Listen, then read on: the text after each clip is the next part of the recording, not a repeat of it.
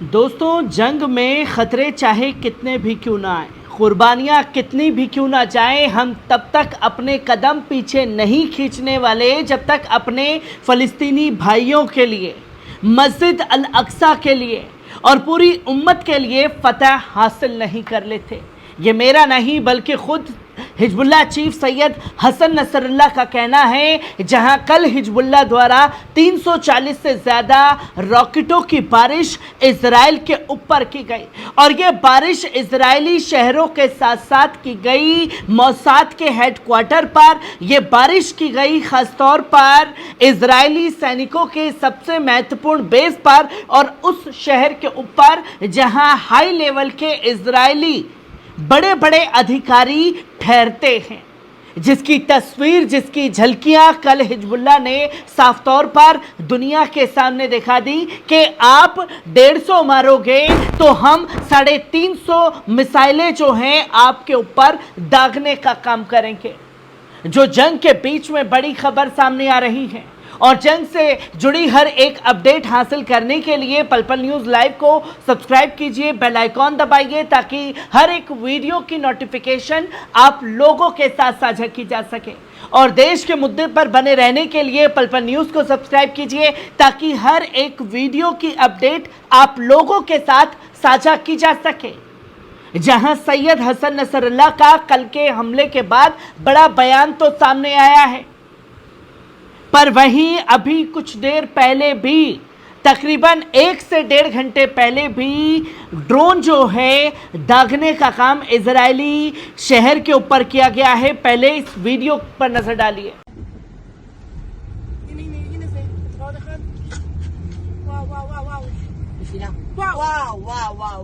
आपने देखा कि किस तरीके से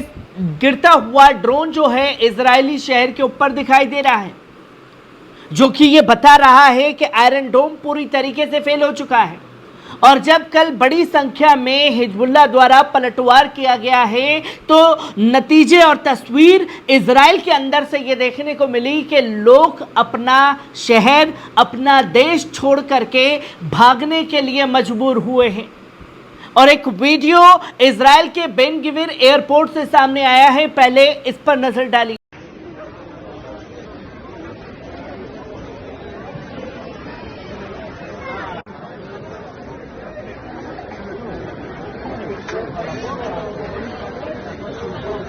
आपने देखा कि किस तरीके से ये नज़ारे जो हैं लगातार सामने आ रहे हैं।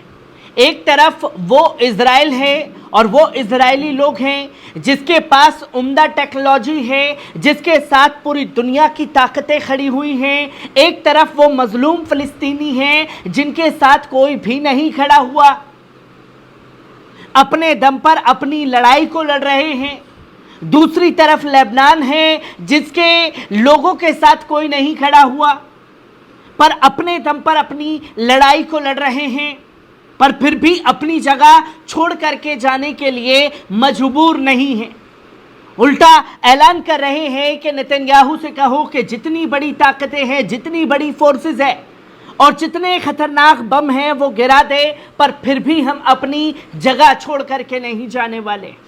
और दूसरी तरफ ये इजरायली लोग हैं जो महज एक ही हमले से अपना शहर, अपना देश, अपना राज्य छोड़ने के लिए मजबूर हो चुके हैं। जहां सैयद हसन नसरुल्लाह ने कल कई बड़े ऐलान किए दोस्तों, जो कि आप साफ तौर पर देख रहे हैं कि सैयद हसन नसरुल्लाह की एक स्पीच सामने आई जिसमें हिजबुल्लाह के secretary general Sayyed Hassan Nasrallah ने एक खिताब किया और सुबह की गई इस्लामी मज़हमत की इजरायली कब्ज़े के ख़िलाफ़ शुरुआती जवाबी कार्रवाई पर रोशनी डाली। उन्होंने ये बताया कि कैसे इस ऑपरेशन को अंजाम दिया गया। सैयद हसन नसरुल्लाह ने बताया कि शुरुआती मंसूबा 300 रॉकेट लॉन्च करने का था, मगर आखिर में हमने 340 रॉकेट लॉन्च किए जो सभी कत्यूशा रॉकेट थे। इसके बाद ड्रोन के झुंड भेजे गए, जो कि उन्होंने बताया कि 340 रॉकेट जो हैं वो लॉन्च किए गए, कत्यूशा रॉकेट थी और ड्रोनों का एक समूह जो है इजरायली शहरों के ऊपर दागा गया। उन्होंने जोर दे करके कहा कि समर्थक मोर्चों को खामोश करने की कोई उम्मीद बेमानी है और कहा कि हमने जो 11 महीने पहले शुरू किया था उसे हम जारी रखेंगे, चाहे खतरे कितने भी हों, कुर्बानियां कितनी भी जाएं, हम पीछे हटने वाले हरगिज नहीं हैं। ये ताकत हिजबुल्लाह की है और मुजाहिदीन की ये ताकत है जो डंके की चोट पर लड़ रहे हैं। सैयद नसरल्लाह ने कहा कि इन निशानदेही की कि दुश्मन के पास कोई जानकारी नहीं थी और इस बात पर जोर दिया कि ऑपरेशन से 1 घंटा पहले की गई सभी रेड सिर्फ जमीनी लड़ाकों की फितरी हरकतों का नतीजा था। जो कल इतना बड़ा ऑपरेशन चलाया गया वो सिर्फ और सिर्फ एक जवाबी खतरा था। और साथ ही साथ सैयद हसन नसरल्लाह ने बताया कि उन्होंने इजराइल में किस जगह को निशाना बनाने का काम किया, जहां इजरायली मीडिया ने भी इस रिपोर्ट को छापा कि गैर रस्मी इजरायली ताज़ियत के मुताबिक जो प्रेस में लीक हुए हैं, जिन्हें मिलिट्री सेंसर ने पब्लिकेशन के लिए मंजूरी दी, जिसमें हिजबुल्लाह ने हर्जिलिया के करीब गिलॉड बेस पर मिसाइलें दागने का मंसूबा बनाया था। ये बेस मोसाद के मुख्यालय और इजरायली सेना के कई खुफिया यूनिट्स का घर है, जिनमें कई प्रोफाइल सिग्नल इंटेलिजेंस ग्रुप 8200 भी शामिल है। उन्होंने ये भी जोड़ा कि इजरायली फौज के मुताबिक किसी भी आईडीएफ बेस को हमले में नुकसान नहीं पहुंचा और हिजबुल्लाह के किसी भी ड्रोन ने केंद्रीय इजराइल में कोई निशाना हिट नहीं किया। जब हमला हुआ तो ये ऑफिशियली बयान तो अक्सर दिया जाता है इजराइल की तरफ से कि कोई हमला नहीं हुआ, बल्कि कल ही हमले का वीडियो सर्कुलेट सोशल मीडिया पर हुआ और उसने बता दिया कि हाँ नुकसान पहुंचाया है। पर कल के हुए हमले में हिजबुल्लाह ने अपने इरादे जो हैं दुनिया के सामने स्पष्ट कर दिए हैं। निशाने पर मोसाद का हेडक्वार्टर, निशाने पर इजरायली सेना के सबसे महत्वपूर्ण बेस और हिजबुल्लाह के निशाने पर वो शहर, वो घर जहां पर हाई प्रोफाइल इजराइल के तमाम नेता, तमाम अधिकारी रहते हैं। उस जगह पर ये बड़ा हमला जो है वो करके दिखाया है। जहां ये हमला हुआ तो यूएन सेक्रेटरी की तरफ से भी बड़ा बयान सामने आया, जहां यूएन सेक्रेटरी स्टीफन दुजारिक ने अपने बयान जारी करते हुए कहा कि ब्लू लाइन के आर पार फायरिंग के बढ़ते तबादलों से गहरी तशवीश में है। उन्होंने कहा कि ये सूरत हाल इलाकाई सलामती और इस्तिकमा के खतरा पैदा कर रही है, जिसको रोकना बहुत ज़रूरी है। जो कि साफ तौर पर यूएन ने अपना अंदेशा जताया है कि भैया खतरा जो है वो बढ़ सकता है और इसे रोकना ज़रूरी है।